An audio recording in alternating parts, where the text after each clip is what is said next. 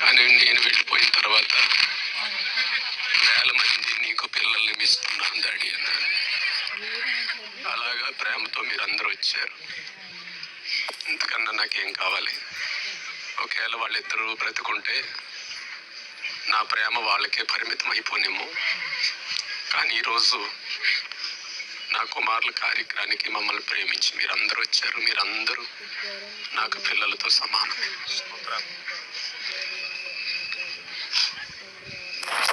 ఇలాగ ఎందుకు చేశావు అని దేవుణ్ణి ప్రశ్నించడానికి నేనేమాత్రం కూడా సరిపోని వాణ్ణి.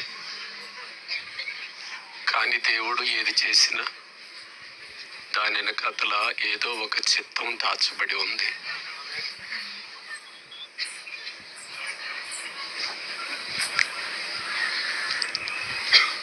ఇక మీదటి నుంచి నా పరిచర్య మునుపటి కంటే అధికముగా బలముగా ప్రార్థన చేయాలి. మీరు ప్రార్థన చేయండి. నాలో ఎక్కడ నా పిల్లలు నా దగ్గర లేరని కృంగుపాటు నాకు రాకుండా, నా పిల్లలు దేవుని రాజ్యములో ఉన్నారని ఆ నమ్మకంతో నేను సేవలో ఇంకా బలముగా సాగాలని, నన్ను నా భార్యని దేవుడి కొరకు బలంగా వాడుకోవాలని మీరందరూ ప్రార్థన చేయండి. మరొక విషయం ఏంటంటే, నా పెద్ద కుమారుడు మంచిగా ప్యాడ్స్ ప్లే చేస్తాడండి. నా చిన్న కుమారుడు చక్కగా వర్షిప్ చేస్తాడండి.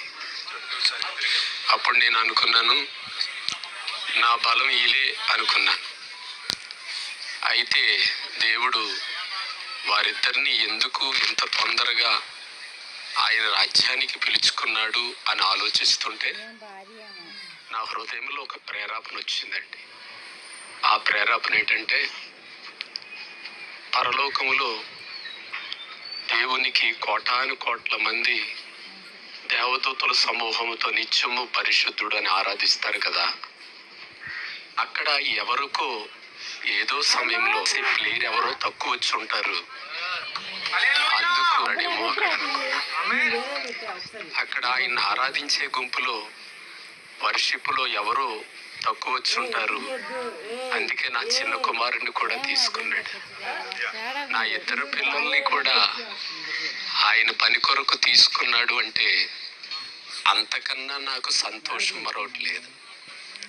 ఇక్కడ ఆరాధించేదానికంటే నా పిల్లలిద్దరూ కూడా దేవుని సన్నిధిలో, ఆయన యొక్క సమక్షంలో, ఆయన పరిచర్యలో, ఆయన స్తుతించే గుంపులో నా పిల్లలు ఉన్నారు. నేను ముందుకు సాగాలని, ముఖ్యంగా నా భార్యకి నాకు మనోధైర్యం. ఒక విషయం ఏంటంటే, ఈ యొక్క విషయం జరిగిన కాడి నుంచి నా సంఘ బిడ్డలైన వారందరూ వారు భోజనాలు మానేసి, నిద్రలు మానేసి మా కుటుంబానికి ఎంతో ఓదార్పు, సమాధానం ఇచ్చారు. వారికి వందనాలు.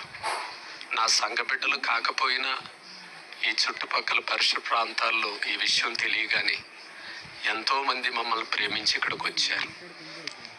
అలాగే అనేక మంది ఫెలోషిప్లో నాయకులు, దైవ సేవకులు ఎంతోమంది ఈ స్థలానికి వచ్చారు. ఇలాగా రావటానికి నా పిల్లల యొక్క ఆ మరణమే కారణమైతే నా సంఘం దగ్గరికి ఇంతమంది రావటం నాకు ఎంతో గొప్ప ఆశీర్వాదకరంగా. కనుక నా భార్య నేను ఇప్పుడు భౌతికంగా మాకు పిల్లలు లేకపోయినా మీరే నా పిల్లలు అని నేను మీకు అందరికీ సేవ చేసుకునే భాగ్యం నా అందరికీ, మీ అందరికీ కూడా వచ్చిన మీ అందరికీ ప్రత్యేకంగా పేరు పేరు మీద వందనాలు తెలియజేస్తున్నాను. మాలో ఎక్కడ కృంగుబాటు లేకుండా ప్రార్థన చేయండి. నేనేమాత్రం పిల్లల మీద బెంగ పెట్టుకొని కృంగిపోకుండా మా ఇద్దరి కోసం మీ అనుదిన ప్రార్థన చేయండి. కార్యక్రమానికి వచ్చారు మీ అందరికీ వందనాలు. అలాగే జూన్ 5వ తారీఖున ఈ కార్యక్రమం కోసం ఏర్పాటు చేసిన నా పిల్లలు ఆదరణ కూడికకు మిమ్మల్ని అందరినీ ప్రేమతో దైవజనుడిగా ఆహ్వానిస్తున్నాను. 5వ తారీఖు అండి, ఉదయం 9 గంటల నుండి.